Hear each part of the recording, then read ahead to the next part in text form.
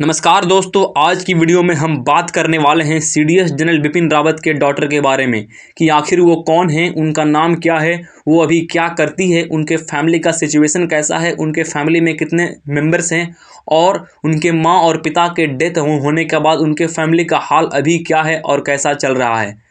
तो उसके पहले मैं आपको जानकारी के लिए बता दूं कि जो 8 दिसंबर को हुए हेलीकॉप्टर हादसे में बिपिन रावत समेत 13 लोगों की जान चली गई और ये जो 13 लोगों की जान चली गई थी, ये इंडियन एयरफोर्स के ट्विटर हैंडल से सबसे पहले सभी को बताया गया था। और जैसे ही एक्सीडेंट हुआ था कुन्नूर, जो कि नीलगिरी डिस्ट्रिक्ट ऑफ तमिलनाडु में स्थित है, तुरंत वहाँ के लोकल लोगों ने पुलिस की जानकारी दी। उसके बाद पुलिस वहाँ से रेस्क्यू करने का प्रयास किया और उसके बाद उनको मिलिट्री हॉस्पिटल वेलिंगटन वया एम्बुलेंस के द्वारा लिया गया। वहाँ पर जब इलाज स्टार्ट हुआ तो कुछ क्षण समय में बिपिन रावत समेत 13 लोगों की जान चली गई और उनमें से एक लोन सर्वाइवर हैं ग्रुप कैप्टन वरुण सिंह, जिनका इलाज अभी क्रिटिकल है और उनको एयरफोर्स कमांड हॉस्पिटल बेंगलुरु में शिफ्ट कर दिया गया है। और उनके डेथ होने के बाद उनका जो पार्थिव शरीर है, उनके पार्थिव शरीर को एम्बुलेंस के द्वारा सुलूर लाया गया और सुलूर में उनको जो हमारे देश की जनता है वो रोड के दोनों साइड आकर उन पे फूल बरसाएं और शोक का माहौल पूरे देश में, पर्टिकुलरली वो सुलूर और पूरे तमिलनाडु में छा गया था। अब हम बात करेंगे कि ये जो सुलूर एयरफोर्स हॉस्पिटल में आने के बाद उनका क्या हुआ। तो सुलूर जब एयरफोर्स स्टेशन आए तो उनके बाद उनको पालम एयरपोर्ट लाया गया वया फ्लाइट। उसके बाद पालम एयरपोर्ट में लाने के बाद जो prime minister, defence minister, home minister, national security adviser और उनके बाद जो उत्तराखंड के चीफ मिनिस्टर है, इन सारे लोगों ने उनको श्रद्धांजलि दी, अपने शोक जताया, अपना दुख जताया ट्विटर हैंडल के माध्यम से।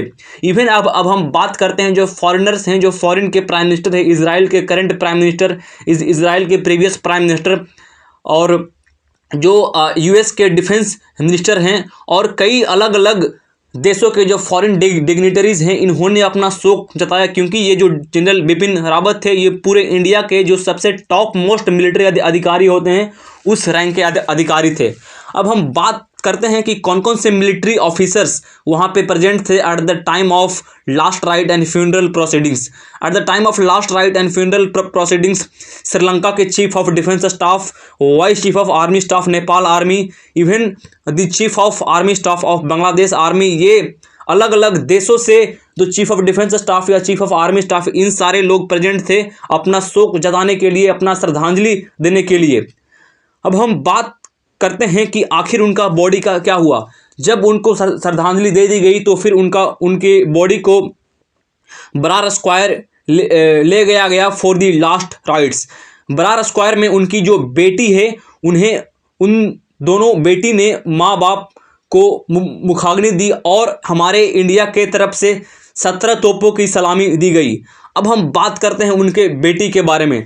तो जनरल बिपिन रावत की 2 बेटियां हैं, एक की नाम है कृतिका रावत जो कि बड़ी बहन है और एक का नाम है तारिणी रावत जो कि छोटी बहन है। बात करें कृतिका रावत की तो ये ऑलरेडी मैरिड हैं and they are settled in Mumbai with husband और इनका एक सन भी है। अब हम बात करते हैं तारिणी रावत की, तो ये तो अनमैरिड हैं और she is practising law in Delhi high court. तो ये था इस वीडियो के माध्यम से अंतिम जानकारी, हमने आप सभी को इनके बेटी के बारे में बता दी। और जब हम बात करते हैं इनके फादर के बारे में तो इनको फादर लेफ्टिनेंट जनरल जो कि इंडियन आर्मी में रह चुके हैं और गोरखा राइफल को सर्व कर चुके हैं और जब वो अपने टेन्योर में थे तो ये deputy chief of army staff के पद भी संभाल चुके हैं। तो ये था वीडियो का अंत। हम सभी ईश्वर से प्रार्थना करते हैं कि इनकी आत्मा को शांति दे। आप सब भी अब कमेंट पे लिख के जरूर दुख व्यक्त करें और RIP लिखकर इस वीडियो को ख़त्म करें। थैंक यू, जय हिंद।